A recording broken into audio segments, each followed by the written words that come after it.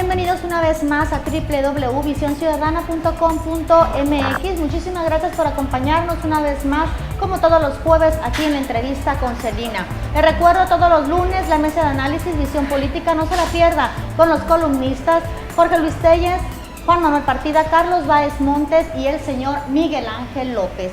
El día de hoy trataremos un tema muy importante por lo que esto conlleva a nivel mundial, a nivel internacional. El tema de los matrimonios igualitarios, y para ello tenemos a una invitada especial que habla sobre este tema. Está con nosotros la diputada local en el Congreso del Estado de Sinaloa, Sandra Judith Lara Díaz, quien le doy la más grata de las bienvenidas. Muchísimas gracias, Sandra, por darte el tiempo en tu agenda para atender a la entrevista con Celina. Muchas gracias, Celina, al contrario, gracias de nuevo por la oportunidad que me estás de estar contigo y con tu auditorio. Pues aquí que nos mantengas al tanto de cuáles son los avances que lleva esta iniciativa al Código Familiar del Estado de Sinaloa. ¿Qué avances lleva en estos momentos? ¿Cómo estamos en ese tema de los matrimonios igualitarios que mucho se ha criticado por parte de la sociedad, de la iglesia y por parte de políticos? Mira, primero, como antecedente, valdría la pena recordar que esta iniciativa de reforma al Código Familiar la presenté en septiembre de 2014. Debo decir que de entonces a la fecha son muy pocos los avances que se han tenido al interior del Congreso del Estado. Es una iniciativa que se encuentra turnada a 3 comisiones para su estudio y dictaminación, que son las comisiones de puntos constitucionales, la de derechos humanos y la de equidad, género y familia. Sin embargo, tal no se han iniciado los trabajos de dictamen que hace unos días la diputada Imelda Castro y una servidora subimos a tribuna a solicitarle al presidente de la mesa directiva que hiciera un exhorto a estas comisiones para que se aboquen a trabajar en el dictamen correspondiente. Debo decir que aunque no ha pasado nada en el Congreso, es un tema que sigue avanzando en el mundo y sigue avanzando en México.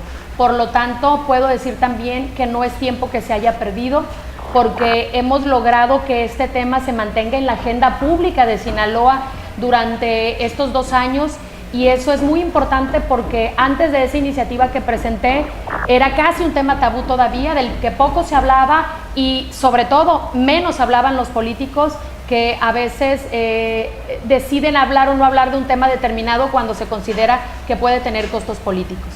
Podría dictaminarse antes de que se termine esta legislatura, ya para septiembre, ¿no? O sea, que se termine, podría ya quedar. Tiempo hay, yo esperaría que algo así suceda. Debo decir, sin embargo, que hasta este momento, y a pesar del exhorto que hizo la mesa directiva la semana pasada, no se nos ha citado a una reunión para este tema en las Comisiones Unidas. Sin embargo, hay el tiempo para que eso ocurra. Ese y muchos otros temas, por supuesto, que tenemos todavía pendientes en esta legislatura. ¿Y voluntad para este tema, cómo ves, hay o no hay por parte de la legislatura? Pues yo creo que más que voluntad, lo que necesitamos es un sentido de responsabilidad. En principio, de quienes presiden estas 3 comisiones, pero también de quienes integran la Junta de Coordinación Política, que son ellos los que determinan la agenda legislativa en la JUCOPO. Sin embargo, no ha habido ningún avance. Necesitamos que lo que prive en el Congreso es un sentido de responsabilidad y de compromiso con el cumplimiento de la ley, porque ya no puede ser un tema de voluntad política, es un tema de legalidad al que estamos obligados a asumir, y así nos lo ha dicho en diferentes ocasiones la Suprema Corte de Justicia. En cuanto a los amparos, vienen dándose, en lo que tengo información yo, desde el 2011, que inició en Quintana Roo, creo. Aquí ya ahorita se tienen 7. ¿Podrían llevarse a cabo estos? Sí, claro, empezaron en el Distrito Federal. En el caso de Sinaloa, yo presenté la iniciativa de reforma al Código Familiar en septiembre de 2014, y en octubre de 2014, un mes después, es cuando se determina el primer amparo por parte de la Corte en favor de la comunidad lésbico-gay, que, si no me equivoco, en estos momentos está en revisión el 5º amparo ante la Suprema Corte de Justicia de la Nación. Está en revisión, consideramos que es cosa de un par de meses, 3 meses, 4 cuando mucho, para que la Corte lo resuelva en el mismo sentido a favor de la comunidad gay. De tal forma que a mí no me queda duda que este amparo se va a resolver en el mismo sentido, y una vez resuelto, se estará en condiciones de que la Corte emita una declaratoria general de inconstitucionalidad. ¿Esto qué significa? Anteriormente la Corte ya ha notificado al Congreso del Estado del proceso que han llevado los diferentes amparos. Ya la Corte nos dijo el año pasado, Congreso de Sinaloa, tienes 2 artículos de tu Código Familiar que son discriminatorios, que violan derechos constitucionales de la comunidad lésbico-gay, modifícalo.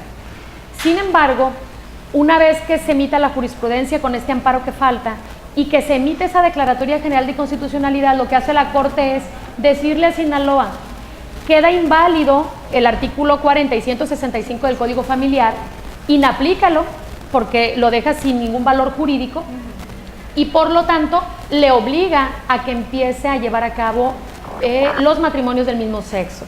Es decir, este es un tema que aún con el apoyo o sin la determinación del Congreso del Estado va a caer por su propio peso en la Corte. Está muy claro que en Sinaloa seguimos violando los derechos de la comunidad lésbico-gay, seguimos tratándolos de manera discriminatoria, seguimos atentando contra su desarrollo pleno y por lo tanto creo que lo deseable es que el Congreso asuma su responsabilidad y modifique el código. De no hacerlo, será la Corte quien lo haga en última instancia y será a mediano plazo seguramente.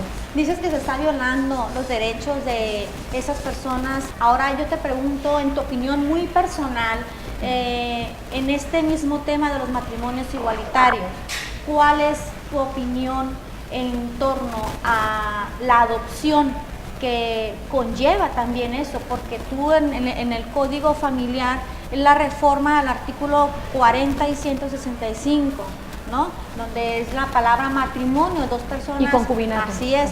Pero en este caso, ¿cómo ves tú lo de la adopción?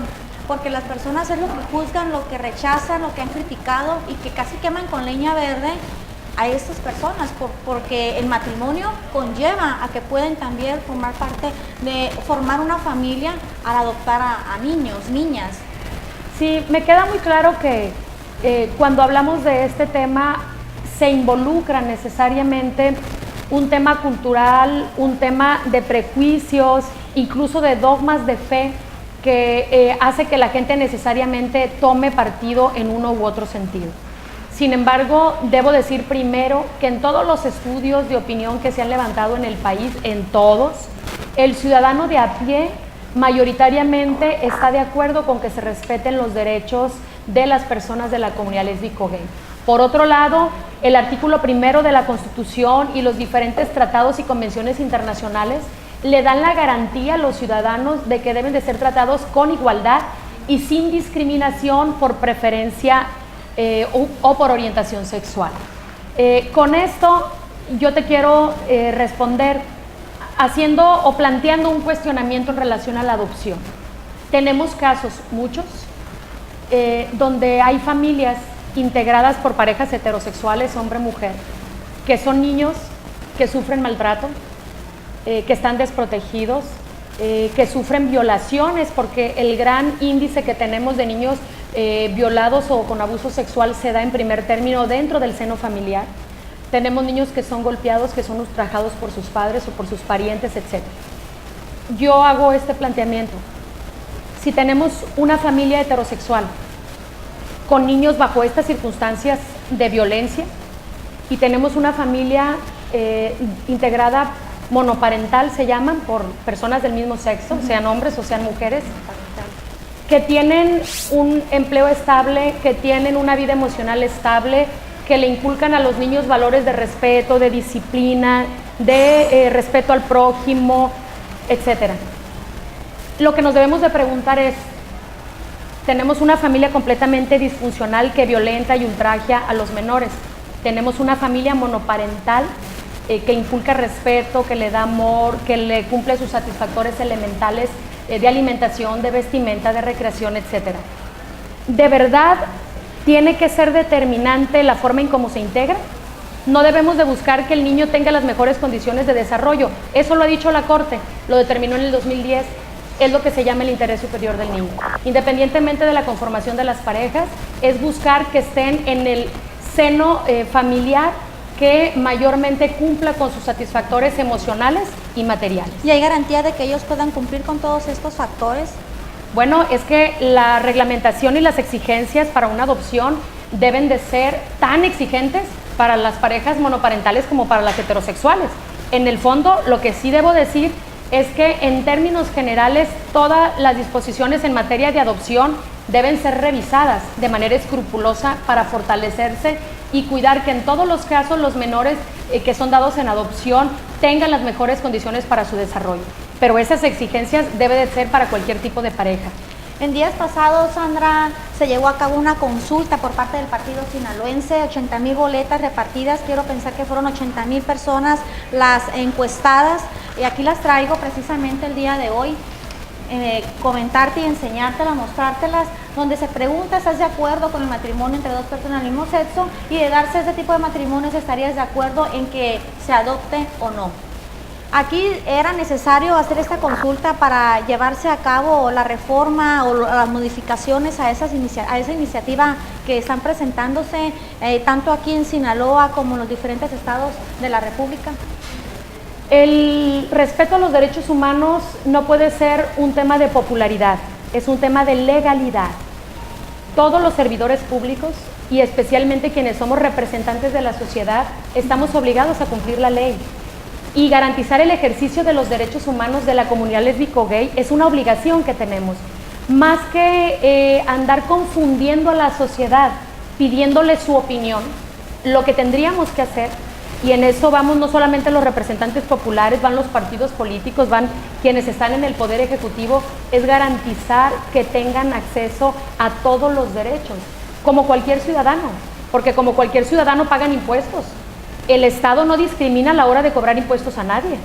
¿Por qué los discriminamos en el momento de que quieren hacer un contrato que se requiere la voluntad de las partes? Porque estamos hablando del matrimonio civil, que esa es una discusión que parece obvia, pero cuando hablamos del matrimonio la gente se remite al tema religioso o al sacramento del matrimonio, que ese es otro tema. Este es el tema del matrimonio civil, que es un contrato para el Estado, y el Estado por definición, y está establecido en la Constitución, es laico. Necesario y diferente. Necesario que ellos obtengan sus derechos, se casen por lo civil y obtengan sus derechos y deberes. Preguntarte hasta dónde ha beneficiado y qué tanto ha afectado, porque vemos que lo sucedido en Orlando, las 50 muertes, el ataque que se dio a este antro gay, ¿no ha afectado esto a tal grado de llegar a este tipo de ataques? El haber aprobado este tipo de matrimonio entre personas del mismo sexo. Yo creo que al revés, yo creo que no es la aprobación de este tipo de uniones las que provocan esos lamentables hechos de violencia. Yo creo que es más bien esta falta de tolerancia, de respeto y de inclusión que la sociedad o una parte de la sociedad tiene tan arraigada. Ya decíamos hace un rato que todos los estudios de opinión indican que la sociedad está de acuerdo con que se reconozcan sus derechos, incluso aún no estando de acuerdo con esa consulta que se hizo en días pasados a la que hacía referencia, hay que decir que le salió en sentido afirmativo para el respeto a los derechos de la comunidad lésbico-gay. La sociedad les dijo mayoritariamente que están a favor de que se respeten sus derechos. Lo que sí creo es que lo que mucho influye en que haya ese tipo de conductas, que son crímenes de odio, son los discursos de odio, son los discursos que promueven el rechazo, la discriminación, que promueven el hecho de que se mantenga este sector de la sociedad en el anonimato y en el olvido, porque no solamente son los acontecimientos en Orlando, Celina, que fueron gravísimos y enlutecieron al mundo, fueron los hechos también que se dieron en Veracruz, pero son los casos que se están dando en Sinaloa. En Culiacán, en Guasave, en el último año ha habido muertes muy lamentables de la comunidad lésbico-gay, de las que poco se habla, por quienes nadie levanta la voz, porque como sociedad no solamente los marginamos y los tenemos en el olvido en vida, también lo hacemos ante su muerte.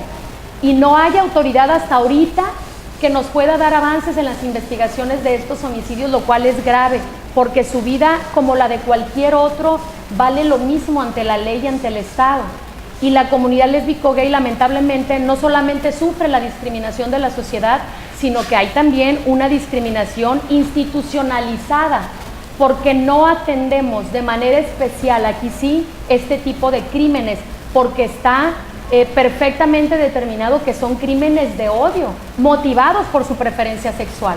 Así como es grave que en el caso de las mujeres se den los feminicidios cuando se les mata por el solo hecho de ser mujeres, aquí también a las personas de la comunidad lésbico-gay se les mata, se les castiga, por decirlo de alguna manera, por el solo hecho de tener una preferencia sexual diferente o que consideramos diferente. Pero nuestra obligación como servidores públicos no es preguntar ni hacer juicios de valor, ni de moral, ni basados en prejuicios o en dogmas de fe. Nuestra obligación es respetarles y promover una cultura de inclusión y de respeto al ejercicio de sus derechos humanos. Aquí, Sandra, no influye la posición que ha tomado la Iglesia en primera instancia, luego la sociedad que ha hecho suya la palabra, lo que dice la Iglesia. Bueno, es la Iglesia y son otras religiones también las que han estado tomando partido de manera pública en de las que estos tú también temas. fuiste víctima. Pues, Sí, pasando a la supuesto. segunda lectura, ya ves que el Congreso se amotinó de gente en tu contra, ¿no? Sí, Agrediéndote. hay un grupo, no podemos desestimar que hay grupos conservadores que incluso radicalizan sus expresiones cuando hay temas tan fuertes como este. Pero para ellos y para todos, lo que yo siempre he dicho y que debemos de ponderar es una discusión civilizada, respetuosa y teniendo como elemento sustantivo la tolerancia. Porque lo que no podemos hacer es pedir respeto a los demás si no somos capaces de hacer una discusión respetuosa. Yo creo que tanto a quienes están en la comunidad católica, yo soy católica, estoy casada por la Iglesia y jamás me atrevería, y creo que nadie lo ha hecho, a tratar de cambiar los sacramentos que tiene establecidos la Iglesia. Y en su sacramento existe el matrimonio entre un hombre y una mujer, pero en el Estado que es laico, que es el matrimonio civil, ahí es donde sí estoy obligada a velar por el derecho, los derechos humanos de todos, para modificar esta figura y este concepto de matrimonio y de concubinato. Porque lo que no podemos perder de vista, habrá muchas personas y parejas de la comunidad lésbico-gay que no aspiran a casarse. Y la sociedad tenemos que perder el temor de que por el hecho de que se apruebe esta disposición van a salir en masa personas con una orientación sexual diferente. No, aquí se trata de que quienes accedan al matrimonio, independientemente de cómo esté conformada la pareja, tengan los mismos derechos a los que tenemos acceso las parejas heterosexuales. Porque hay parejas que viven juntos desde hace muchos años, que se han cuidado, que se han dado respeto, que en la enfermedad no pueden asegurar a su pareja, que ante la muerte no les pueden heredar sus bienes. Esos son los problemas más graves que tiene la comunidad, que por ello es por lo que se impuso el tema del matrimonio, para que puedan tener los derechos las parejas de darse protección, seguridad social, vivienda y los casos hereditarios también, que son muy importantes. Tan es así de que, como comentas hace un momento, el respeto es lo más importante y la no discriminación. Ya salió el Papa a pedirles a las mismas iglesias que salgan a pedirle perdón a todas esas personas a las que se les faltó el respeto, ¿no? Entonces eso yo creo que viene a dar un paso muy importante y creo que es de reconocerse de parte de la Iglesia, de parte del Papa, este paso que se da, porque sí es importante se les respete como lo que son. Creo que son personas que sienten, ¿no? Y que tienen una vida y que tienen derecho a igual a casarse, y qué bueno que se da esto, ¿no? O sea, que yo creo que es un avance muy importante, sí, claro, en México y a nivel mundial. Es un tema que está en la agenda mundial, definitivamente, y tan lo está que el propio presidente de la República, Enrique Peña, presentó también una iniciativa para reformar la Constitución política y garantizar como un derecho al matrimonio para la comunidad lésbico-gay. Pero por primera vez estamos viendo cómo el Estado mexicano, haciendo un mea culpa, incorpora o propone incorporar a la Constitución el presidente el matrimonio para proteger de esta manera también a las parejas homosexuales. Eso es algo de lo que debemos de ponderar y es un tema, decía al principio, que ha seguido avanzando. En nuestro país actualmente son 10 estados de la República que ya permiten el matrimonio del mismo sexo. El 10º fue apenas en la madrugada que Morelos se sumó a estos estados y que ha venido avanzando en muchos casos por las reformas promovidas ante los congresos locales, en muchos otros por esta serie de amparos que se han promovido ante la Suprema Corte de Justicia. ¿Sí los puedes mencionar, Sandra? Claro que sí. La Ciudad de México, Quintana Roo, Chihuahua, Nayarit, Jalisco, Campeche, Chiapas, Colima, Coahuila y apenas hace unas horas Morelos. Temas pendientes ya para terminar con esta charla. Tenemos también de invitado a Omar Lizárraga, representante del comité de la marcha lésbico gay. No pudo estar con nosotros, esperemos que en otra de las ocasiones pues pueda acompañarnos y pues que tú también estés con nosotros presente en este interesante e importante tema. Y para terminar, ya el tiempo nos come. Temas que quedan pendientes para la próxima, en esta legislatura, que se pasan para la próxima. Bueno, de manera personal, de las iniciativas que he presentado, están justamente en estos momentos por salir una en favor de la aplicación del alcoholímetro, que es un tema urgentísimo para Sinaloa, para disminuir el grave problema de accidentes viales que tenemos por el consumo de alcohol. Está por salir también una iniciativa mía que se va a dictaminar para la próxima semana, para atender un tema muy sensible en contra de la violencia hacia las mujeres. Está el tema de los estacionamientos gratuitos, que es un tema que ha impulsado mucho también y que es un gran reclamo que tenemos por la sociedad. Está el tema de la iniciativa de ley de voluntad anticipada, que es un tema que he venido impulsando, que es el derecho a la muerte digna, que no es eutanasia, que no es suicidio asistido, sino que lo que hace es que las personas podamos decidir el que no se nos prolongue nuestra vida en casos de cuando ya se tiene determinado que tienen menos de 6 meses de vida las personas por alguna enfermedad grave, y que tengamos el derecho de que no se prolongue a base de sufrimiento y de dolor que destroza, y en cada familia hay una historia de cómo las enfermedades van acabando, y no solamente con las personas, con la familia, con su economía, y es un tema que ya está funcionando y operando en otros estados de la República, que son cambios de fondo que he venido promoviendo.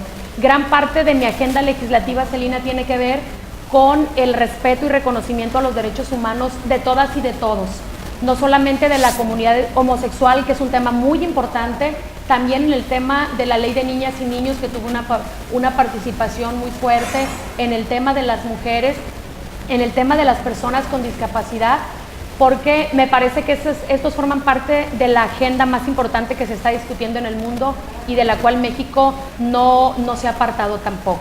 El tema de los derechos humanos tendrá que seguir avanzando y tendremos que ir aprendiendo a expresarnos con respeto, con tolerancia y con inclusión, y hacerlo también en los hechos.